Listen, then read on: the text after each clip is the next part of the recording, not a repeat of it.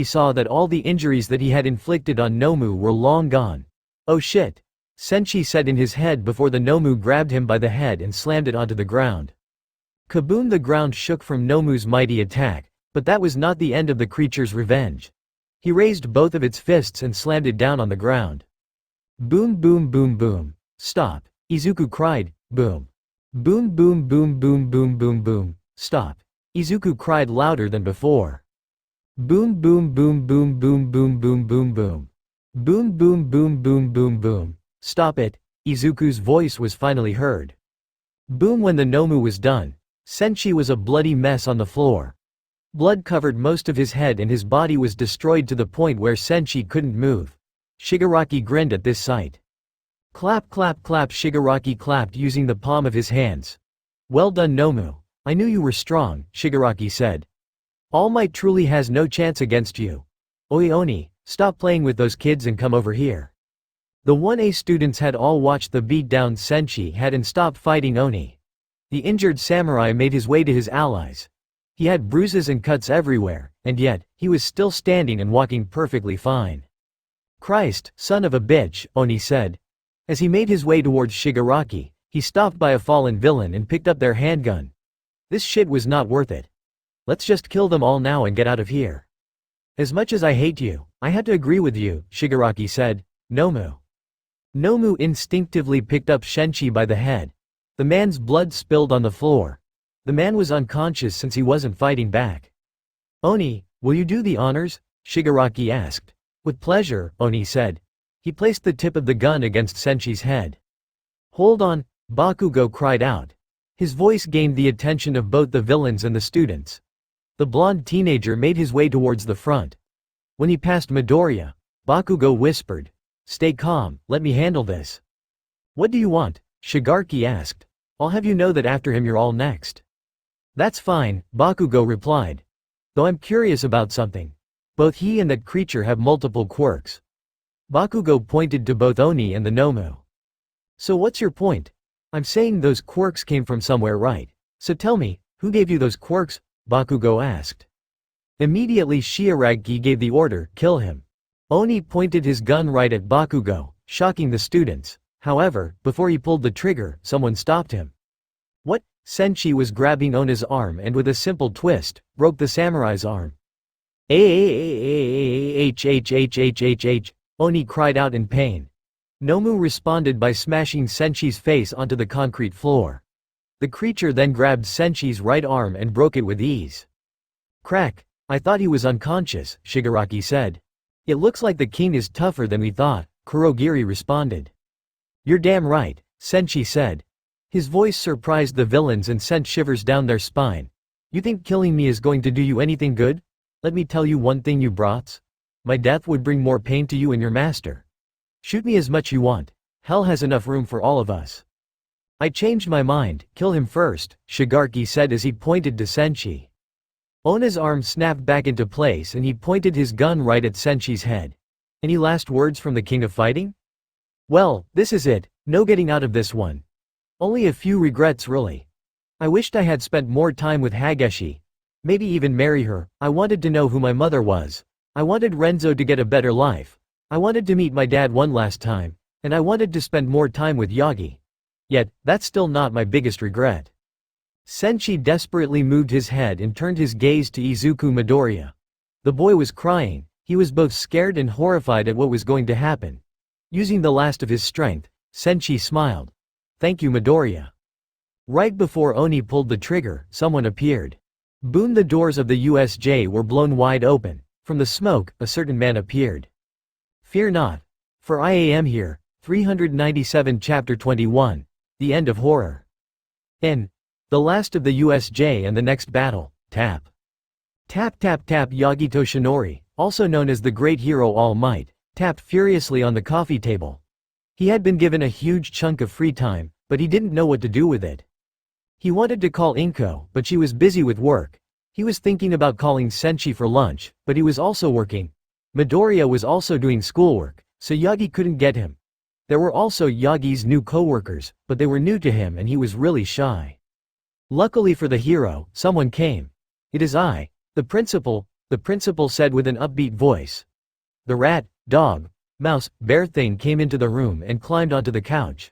"So, what does our newest teacher want to talk about?" "Hello sir," Yagi said. "I haven't seen you do much today. Is something wrong?" Nezu asked. "No, I'm just anxious, I guess," Yagi replied. "Well, relax, you have nothing to worry about here," Nezu said. "Anyways, how is training your successor going?" "Honestly, it's been going well," Yagi answered. "I'm sensing a bit coming." "Well, I'm just worrying more and more about Midoriya every day," Yagi said. "Sometimes I fear that he would do something foolish like I used to do." "Ah yes, the mischief of the youth and the fears of the old," Nezu said as he poured some tea. "Aren't you also dating the young man's mother?" Toshinori blushed. "Yes. Maybe that also plays a part. You fear what would happen to him and how Ms. Midoriya would handle it," Nezu explained. "With all these fears piling up, it adds more stress to your already stressful life." "That's pretty accurate," Toshinori said. "You're good at this." "I'm a principal. Dealing with stress is part of my job," Nezu said. "Tea?" "Thank you." Toshinori took a quick sip of the tea. "Ah, that's some good tea. The finest in the world. Would it be all right if I were to visit the USJ? Give the students a few tips?" Toshinori asked. "Nope." Nezu instantly responded. Pulling out a tablet, Nezu revealed the headline. "All Might resolves 5 incidents in less than an hour. Her time as a hero is getting shorter and shorter each day. I wish to preserve that time as much as possible." "I understand," Toshinori said. "Besides, Eraserhead and 13 are fantastic teachers. There's nothing to worry about," Nezu said. He would soon regret those words. "Nezu, it's an emergency," the hero Midnight yelled as she entered the room. "There are villains at the USJ." Both Nezu and Toshinori stood up in shock. "Get every teacher we can and make sure the students are safe," Nezu ordered. As he gave out his demands, Yagi transformed. "Wait, what are you doing? Did you forget Nezu? I am a hero," All Might said as he took off his tie and ran to the USJ. Now, All Might noticed 3 things as he entered the USJ. Senshi was on the floor with a gun pointed to his head. His body was badly damaged and bleeding intensely. Izuku was also injured, with major cuts on both his arms and body. Both Eraserhead and 13 were out for the count. His fist clenched upon seeing these sights. His simile disappeared and the expression on his face turned to a glare. All Might was not mad, he was furious. "Well, look who it is," Shigaraki said. "The guest of the hour. Let that bastard go Nomu, we have no use for him." The Nomu dropped Senshi to the ground, his head cracking against the cold hard concrete. "You sure about that, Shigaraki?" Oni asked. "What if he retaliates? With those injuries, he would be lucky if he could move. He poses no threat to us," Shigaraki said. "This is perfect. Nomu has completely healed from his wounds and is now in top shape. Kurogiri and I are in perfect condition and Oni can still fight. All Might stands no chance against us." Boom! A wave of air hit Shigaraki's head. What just happened? Turning his head, Shigaraki saw a horrifying sight. The Nomu was gone, in its place was All Might and a smoking fist. The Nomu had been punched so far that it was sent flying out of the USJ. "Oh shit." Oni responded by jumping away from All Might, but it was too late.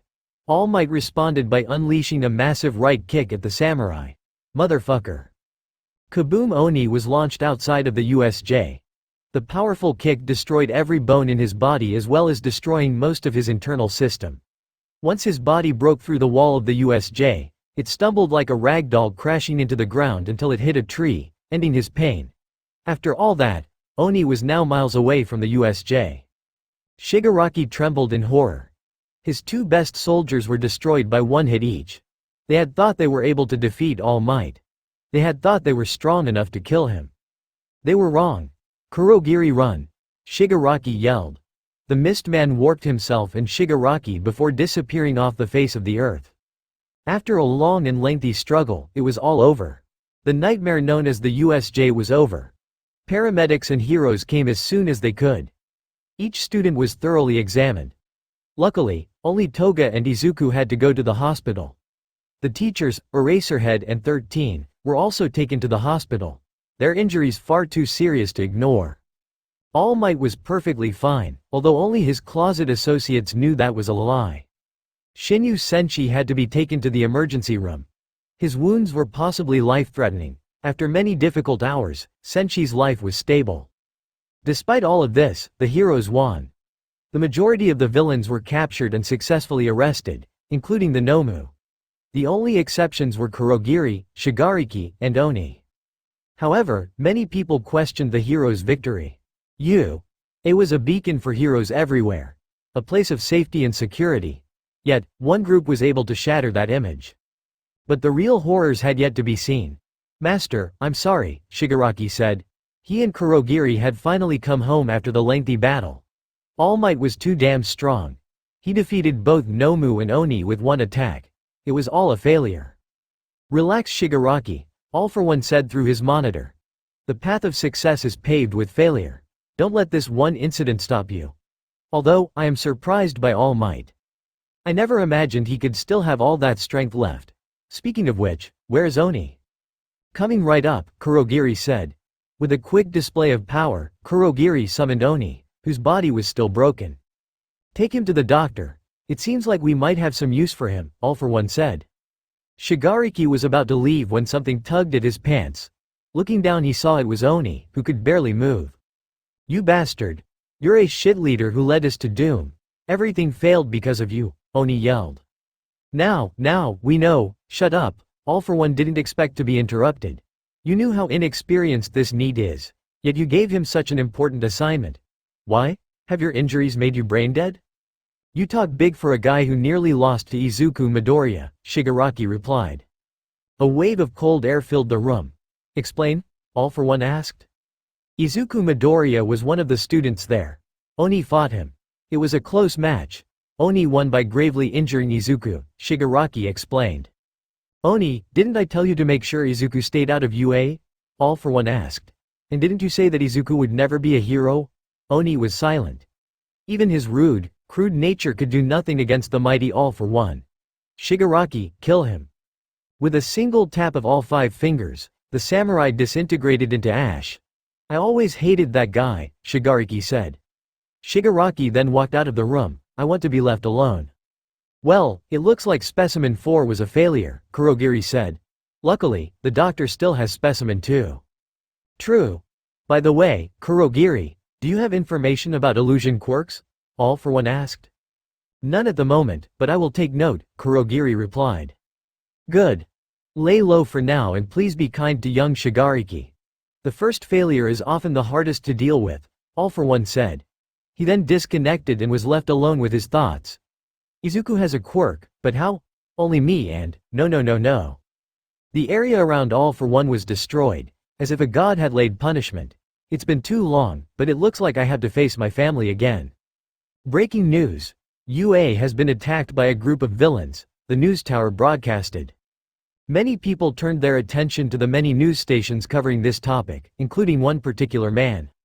"This could be a problem," a black-bearded man said. "I must see Itsuka now." "The Devil Lance, Kuroki Gensai. Aw shit. That guy was too damn strong," Renzo said. He was currently wrapping his hands in bandages. "I hope something good is on." Breaking news. UA has been attacked by villains. Renzo was shocked at what he saw. "What the fuck? How is this possible?" He reached for his phone. He had to make as many calls as he could. It was time for an urgent family reunion. At a hospital. Well, despite your many injuries, you're going to live, the doctor said. Tell me, are all young heroes crazy, or just you? Just me, Izuku replied. How's Toga? Oh, your classmate. Don't worry, she'll live, the doctor said. However, due to how severe her injuries are, she's going to stay here for a while. Can I see her? Izuku asked. If she allows it. But right now she's seeing her family. We also contacted your mother, who's on her way now, the doctor explained. Thank you, Izuku said. What about my other classmates? Fortunately, none of them have the same level of injuries as you two. They're spending the rest of the day at home with their families, the doctor explained. That's good. What about my teachers? Izuku asked. They're still being treated as of now. Luckily, they will live, the doctor explained. Great. Thank you for everything, Izuku replied. No problem, the doctor replied. In another room in the same hospital, Toga Himiko was being treated. Luckily, the villain didn't cause any permanent brain damage. There will be a scar on her face, but other than that, nothing else, the nurse explained. Oh, thank God, said as she covered her face and sobbed. Our baby girl is alive. In front of the woman was Himiko, whose face was nearly completely wrapped in bandages. She was conscious but silent. Thank you, miss, our daughter is finally safe, Mr. Toga said as he comforted his wife. Do you mind if we were to be left alone with our daughter? Of course, the nurse said before leaving the room. Once she was gone, lifted her hands off her face, revealing that she wasn't crying at all. Mrs. Toga then put a smile on her face. Himiko, did you bring those villains to your school? Himiko was shocked that her mother would say such a thing, but she then realized that this wasn't even the worst thing her mother had done to her. Now Himiko, we are both glad that you got to UA, said, but you still have that unfortunate evil quirk. So Himiko, did you cause this? No, Himiko replied in a dismayed voice. I would never do something like that. Is that true? Are you lying to us again? Asked. Himiko had no power here. In front of her family, she could do nothing. Knock knock, excuse me. A weak voice cried out. Turning their heads, the Toga family saw that it was Izuku Midoriya. The green-haired boy was using a crutch to walk. Is it all right if I speak to Toga? Oh, sure thing, said. We'll leave you two all alone. The parents left their daughter with Izuku. Izuku noticed that something was wrong with Himiko, but didn't know what. It must be the villain attack. It took a lot out of us. Toga, are you all right? I'm fine, but what happened to everyone else? Himiko asked. They're fine, Izuku said. Right now they're spending time with their families. That's good. Is Ochako all right? Himiko asked. Yeah, she's uninjured and safe, Izuku answered. How did you get those injuries? Himiko asked. Oh, it's a long story. I'm not going anywhere. Well, after that villain beat you up, I got angry, Izuku said. I fought him with all my might, but I got badly injured. Why? Why would you do that? Himiko asked. Because, I wanted to save you, Izuku replied. Himiko Toga was left utterly speechless. Someone cared for her. Someone wanted to save her. Someone loved her. Her open eye began to tear up. Toga, is something wrong? Izuku asked. Izuku was met with a hug from his blonde classmate. Thank you, Izuku, Himiko said. Izuku was surprised by what was happening but quickly hugged Toga back. Anytime Toga. Himiko. Call me Himiko.